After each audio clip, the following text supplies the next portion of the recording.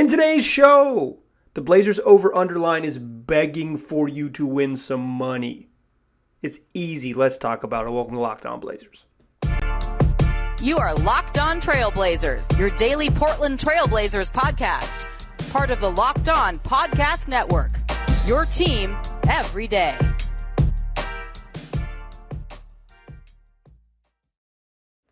What up, world? It's your past first point guard and Trailblazer reporter, Mike Richmond. You are listening to another episode of Locked On Blazers, part of the Locked On Podcast Network, available wherever you get podcasts and also on YouTube. Thanks for making this show your first listen every single day. Free on all platforms, 5 days a week. Your only daily Trailblazers podcast, so join us every weekday and make it your first listen. In today's show, good friends over at BetOnline released over-under win totals for darn near every team in the NBA, except a couple that they're off the board right now. I'll spoil it right now.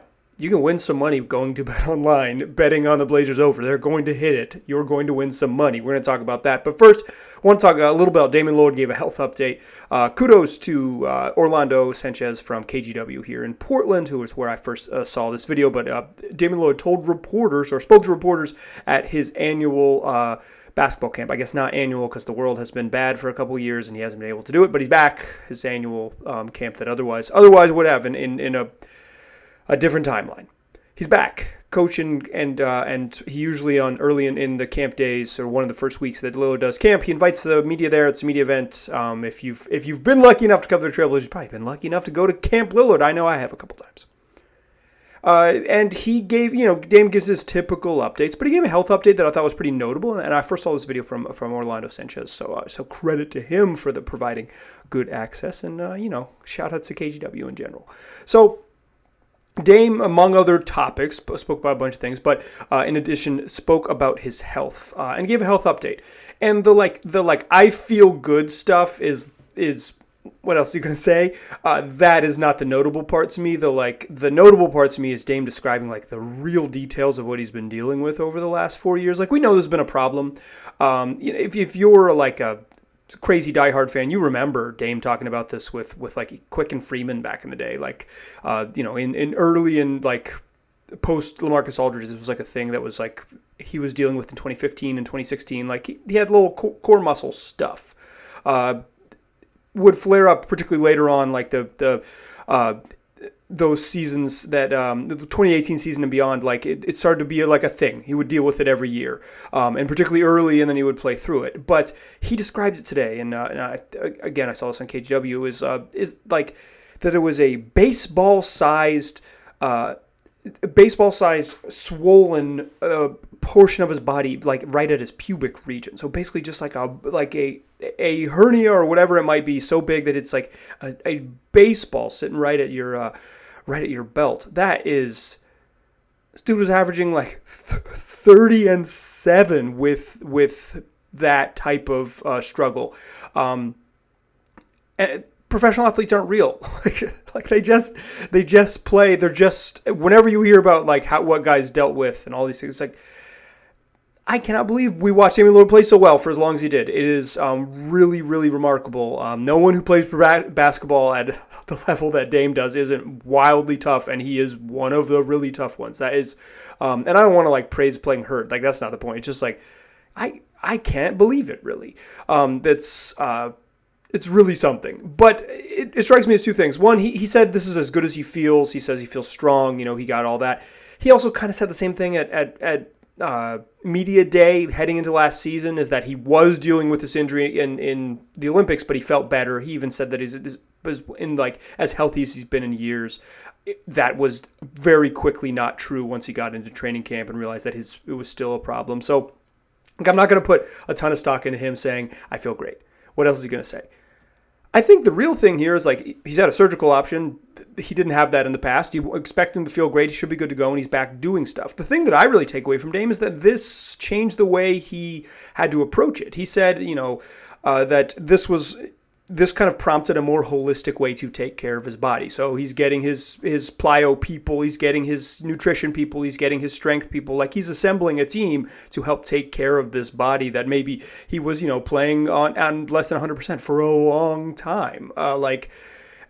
I think the sort of knowledge of as you've played as long and as well as he has in the league, is you got to maintain it, and like longevity is what's going to set Dame apart as the greatest trailblazer of all time, is longevity.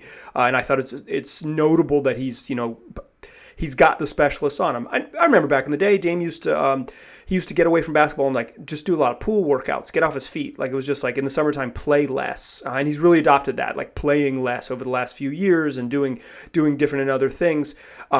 He's been really good. Playing less worked out, but like this is even to that next step. This is someone understanding just sort of the more and more body care maintenance as their career moves along. The other big thing for me, like just take away from Dame and injury stuff and all of that, is that what a good mental break for him. Damian Lillard, who is a phrase he'll always use if you listen to any interviews, is getting your mind right. He's always talking about getting our collective mind right. Kind of just like the proper focus needed to win NBA basketball games. Seasons long, much of it is a mental battle to an extent.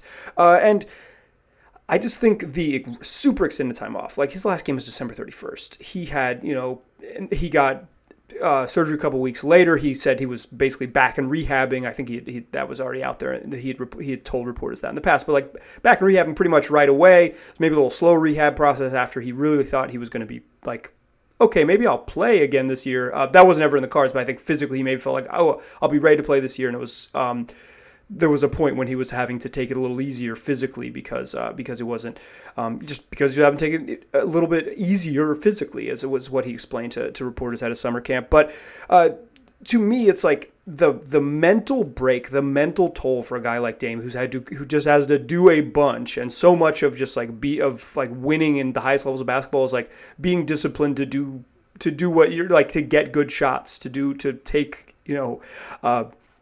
get yourself into good things, not cut corners, and it gets harder and harder. Like there's a real mental toll, and I think getting actual time off is incredibly valuable for Dame. Like just the mental break is incredible for him. So that is your Damian Lillard news update. I don't think it's mostly just like whoa, that sounds that 4 years of dealing with a baseball at your belt sounds like something I wouldn't play through and make several All NBA teams. I'm excited to see Damian Lillard healthy this year. I think the most fun part of the Blazers season is not just like, how is it all going to fit? It's just like Dame's going to be back. Dame's going to be back. Like the engine of this thing, a guy who's one of the 10 best players in the league when he's going, is going to be back and able to go. And I'm excited to watch him. We're going to watch him play for a team that you can win money betting on. Today, the betting partner of this podcast and a website you can visit, betonline.net, released all of the odds for teams in the Western Conference and teams in the East, every team in the NBA except for a couple that are off the board. You can win money if you go to betonline.net right now and hit the over on the Blazers. The Blazers are at 40.5 wins. 40.5 wins. You can win some money. Let's talk about how much you can win some money, because listen, BetOnline's giving it away. You should go get it. We'll talk about that in the second segment. All right.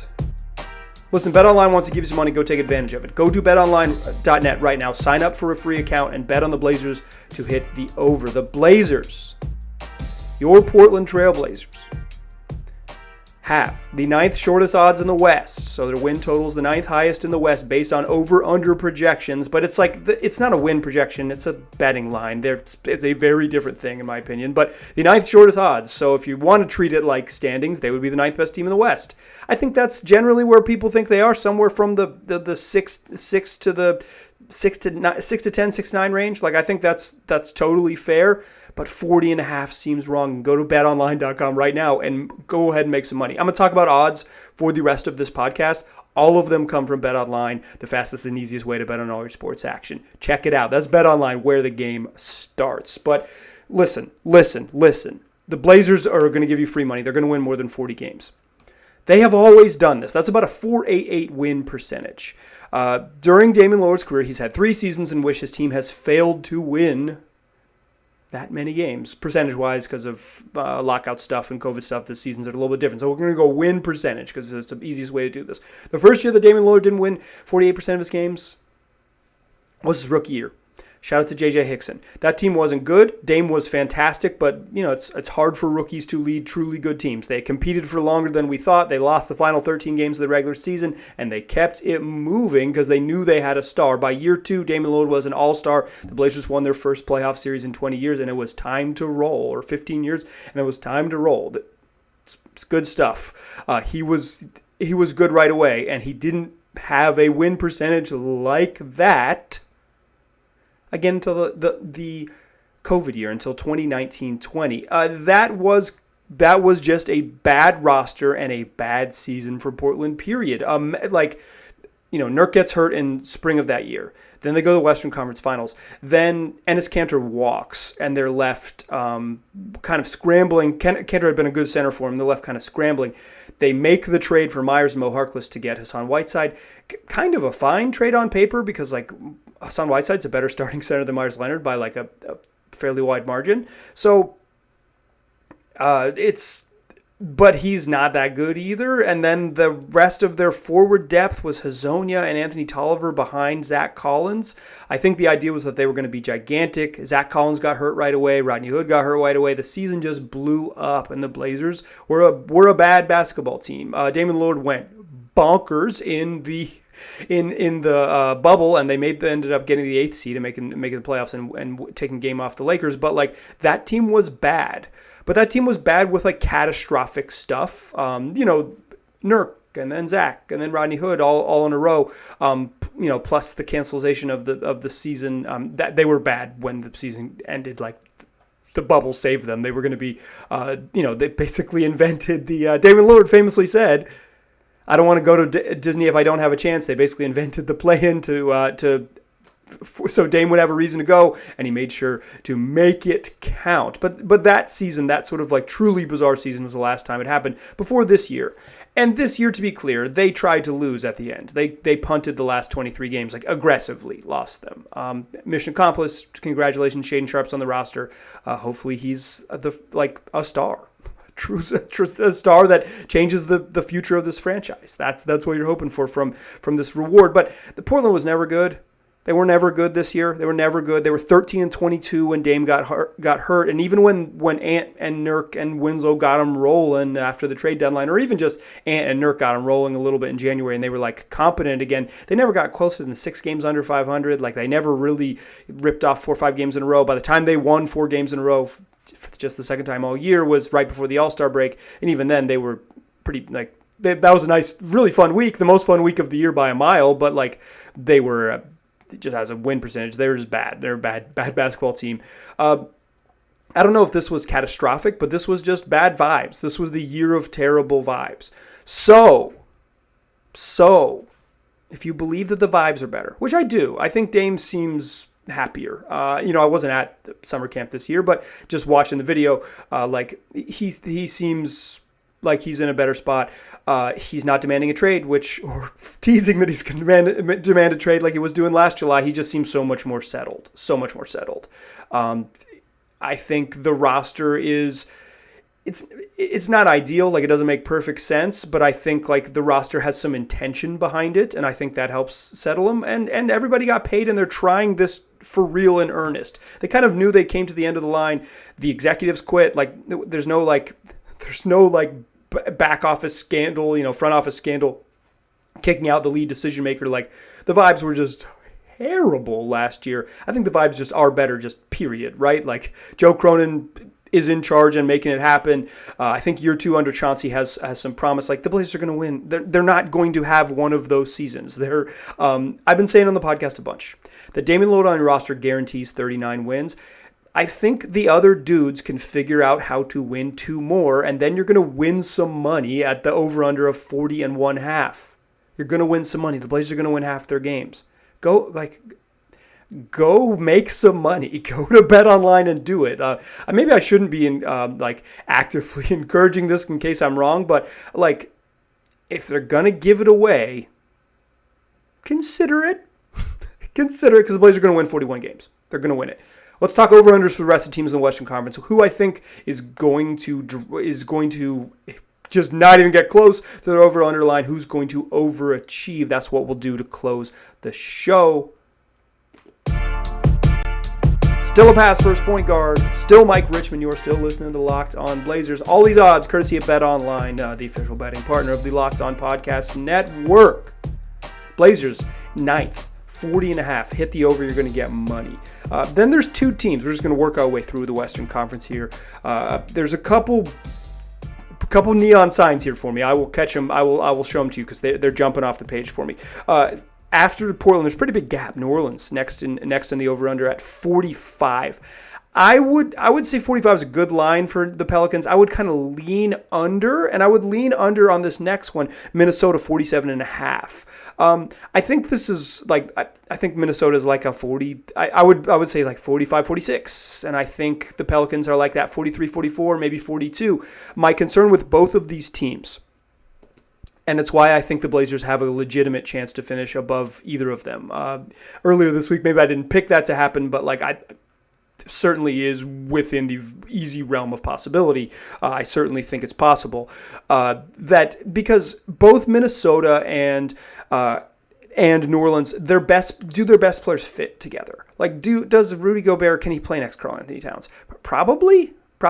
Like, yeah, I think probably, but it's weird. It's weird in a way that no other teams have tried, a double center look. I mean, not ever, but like, I think the closest in sort of recent memory is something like DeMarcus Cousins and Anthony Davis, where like your two best players are ostensibly centers. Rudy Gobert is not DeMarcus Cousins on offense or close to it, but he's a great defensive player, and I think they're going to be good in the regular season. I would probably lean under at, if the line is 48 wins, which it is at 47.5, I'll say under 48 wins. Like that seems fair to me. New Orleans a little harder at 45, but under. And again, it's like do Zion Williamson and Brandon Ingram play well together? I think offensively, I worry about them more than defensively because both of them kind of want to cook with the ball in their hands. And can Zion be like that screener and then playmaker playing off Brandon Ingram, or do they both kind of, and Zion's really good as like point Zion, can they make him cook? Can it work together on offense? If it does, they have a chance to be very, very good, but I think that's a little in my hesitancy, and I don't love the back half of New Orleans rotation, although they do have some really fun parts, and if Trey Murphy pops, I will you know where to find me and tell me I was wrong about this. Just above this line, or in the same number as Minnesota, 47.5 for Dallas. This is the first one that it just jumps out to me as like hit the under. Mavs is about the same number of games won last year, 46 wins last year. They didn't get better. Like Luka Doncic would probably be better. He's a great all-timer. Like he's that good. But they lost one of the key elements of their offense was like another dude who could drive into the paint. I'm not a big Christian Wood believer. I'm just not a big fan of his game. So maybe he'll prove me wrong, and maybe that tandem where like a big upgrade at center in theory is like mitigates some of the loss of Brunson, and the return of Tim Hardaway changes things. But I don't think Dallas is going to win more games this season than they did last year. I think they're going to be pretty similar. So I would go the under. That's a big one for me. Like I will go to BetOnline and probably take the Blazers with the over on the Blazers win total and under on the Mavs win total. Next is Denver. They're 49.5. Do I think the Nuggets are a 50-win team? Maybe. Yeah, like this one's really hard for me. I have this one starred in here. Like maybe they're a 50-win team. I'll lean under at 49, like if I have to choose them, but I'm not going to bet this one because it's too scary. Nikola Jokic made a team that didn't have much talent win 43 games, kind of just like made it happen. Like he makes players better, but it's on both ends. And I don't want to totally disparage teammates. I'm a big Will Barton and Monty Morris fan, but like it is what it is. The roster should be better this year, and I think Jamal Murray is maybe worth a handful of wins on his own. So I think I will lean under, but I think 49.5 is a good number. This next one, I think you can win legitimate money. Memphis has an over-under right now on betonline.net of 51 games. Grizzlies are not winning 51 games this year. No way. I know they're the second best record in the league last year. Like they're great, but Jaren Jackson Jr. is such an important part of what they do on both ends. The space he provides for Ja to drive, like those pick and pops, is unique, and he opens things up on offense, and he's a great defensive player. He fouls too much, but he's a great defensive player. I think they'll miss that. I think they'll miss Kyle Anderson a little bit. I know I'll miss D'Anthony Melton, but they never played him enough anyways for me to feel like he'll make much of an impact. But like even if I like Memphis's group, like I like Zaire Williams, I think he's good. I think he's going to be a special young player, and like I really like Desmond Bane. I don't think it's a 51-win team. Jaren Jackson Jr. is going to be out potentially until December. It could be as early as like October based on the sort of initial reports, but potentially into December, which is like pushing into 30 games depending on when he returns, 20 plus games, 25 potentially, like pushing towards half of the season. That is a ton of games for him to miss. Yeah, Memphis. The under on Memphis at 51, the under on Dallas at 47.5, and the over on Portland at 41.5. Those are my lock it in. Go lock it in. Golden State 51.5. I'll go over. I think the young guys are going to help make up for what they lost. I think they lost some really valuable parts. Otto Porter Jr. is good. Belly's not that useful for him during the regular season. I thought he'd be better. He was like better in the playoffs than he was during the regular season. I think Kuminga, and I think Moody. I messed up the wrong rookie's name. Shout out to Perk. Like Kuminga and Moody are I think capable of being NBA rotation players pretty quickly. I have no idea what James Wiseman is, and even if he's bad, I don't think it really matters. They'll miss Gary Payton for sure, but I still think I think the Warriors are going to win 53 games because it's what they do. They're good even when you don't want them to be. Clippers 52.5, Phoenix 52.5, the best, the highest over/under win totals of any teams in the league. I'll go over on the Clippers and I'll go over on the Suns. I think the Suns are still going to be a juggernaut because there's nobody better at winning games while your coworkers don't like you than Chris Paul. Nobody, maybe ever. And the Clippers are really good. Like if they were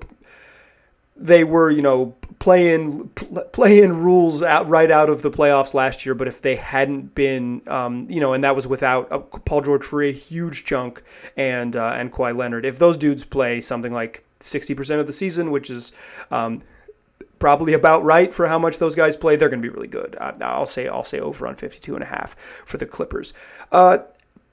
Those are your over-unders in the West. The Utah Jazz are off the board, but they're bad no matter what happens. The Lakers are off the board. They're probably right in the Blazers' range, I would assume, if they don't trade for Kyrie Irving, like if they just run it back with the group they have, they're probably like a 500 team. Potential to be a lot better because Anthony Davis is good if he ever remembers how to make jumpers again. But like the Lakers roster is not impressive. They just have two really great players. Like their roster is bad. It was bad last year, and I'm not sure it's better. But it's like LeBron and AD might drag you to 42 wins. So if they're at like 40, I think they're going to be right in the Blazers range. Like I think them and New Orleans, I think Portland, New Orleans, and the Lakers are the teams that are kind of like, to me, right on the same range. I think Minnesota and Dallas could be there, but I don't. I think those teams are a little better than those three. Like if I'm doing tiers, what this really tells me is that the teams that I think can make the play-in or will compete to make the play-in are basically set. It's going to be Phoenix, the Clippers, Golden State, Memphis, Denver, Dallas, Minnesota, New Orleans, Portland, and the Lakers in some form or fashion. I do not think Sacramento is good enough to get in that mix, and the other teams in the Western Conference are actively trying to be bad. Utah and San Antonio, Houston and OKC, like they're actively trying to be bad. So that, to me, what this over-under exercise has shown me is like the Blazers are in the play-in. They're in the play-in. Win some money on betting the over, and then like start aiming for them to let's start plotting how they get out of the play-in because they're going to be in that mix. They're going to be right there. The key for them is to finish 6th or above and avoid that mess and avoid playing one of the really good teams in the first round of the playoffs. But I think comfortably as we sit here, the middle of July 20, this is Friday, July 22nd's episode. Yeah, they're going to be in the mix, and I'm not too worried about them being out of that mix. It's just how far can they climb. I don't think... Probably I think the Blazers are the 10th best team in the West. Hot take from earlier this week is like, I still think the margin is closer. Like I think it's like 2 games between 6 and 10. Like it might even be 2 games between 5 and 10. Like it's going to be so crowded in there. I think those teams are all really similar, and like just some sort of health luck and all of those things. is what's going to determine it. But I don't think, even if the Blazers, get the ninth shortest odds or the ninth and worst odds here, like over-under wise, to me the gap is like why I'm pounding the over on the Blazers win percentage, because I just don't think the gap is that much. I think the Blazers are going to win 43 games. Like I'll put a number on it now. I bet I won't change from it. They're a 43 win team, no prob. And if they get hot, they're like a 49 win team. They've got it. It's no prob. And I think one of the reasons why I don't have them winning over 50 is I just think there's a bunch of good teams in the West. I think this exercise helped me kind of get there. That's going to do it for today's show. We got another week full of shows next week on Locked On Blazers. Come back and join us as we keep it rolling along. Your only daily Trailblazers podcast. I appreciate you listening. I'll talk to you soon.